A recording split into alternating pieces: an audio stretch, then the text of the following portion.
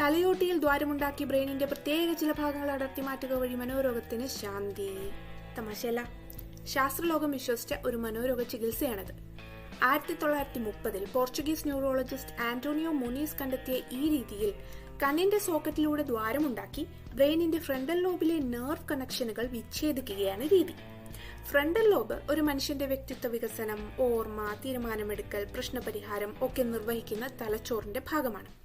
ഈ ശസ്ത്രക്രിയ വഴി ഡിപ്രഷൻ, ഷീസോഫ്രീനിയ ഒക്കെ അനുഭവിക്കുന്ന ചില രോഗികൾക്ക് രോഗശാന്തി ലഭിച്ചിരുന്നുവെങ്കിലും ഇതിനവർക്ക് കൊടുക്കേണ്ടി വന്ന വില അവരുടെ ഓർമ്മശക്തി, വിശകലന ശേഷിയൊക്കെയാണ്.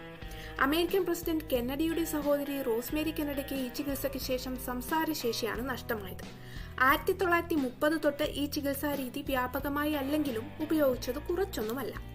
50കളിൽ ഫലവത്തായ മരുന്നുകളുടെയും മറ്റു പഠനങ്ങളും ഒക്കെ വന്നതിന് ശേഷമാണ് ഈ പ്രാകൃത രീതി നിന്നത്. പക്ഷെ 1949 ആന്റോണിയോയ്ക്ക് ഇത് നേടിക്കൊടുത്തത് നോബൽ സമ്മാനമാണ്. ശാസ്ത്രവും മനുഷ്യനും അങ്ങനെയാണ്. കൂടുതൽ പഠനങ്ങൾ, കണ്ടെത്തലുകൾ ഒക്കെ വരും തോറും പണ്ട് ശരിയെന്ന് കരുതിയത് പലതും തിരുത്തേണ്ടി വരും.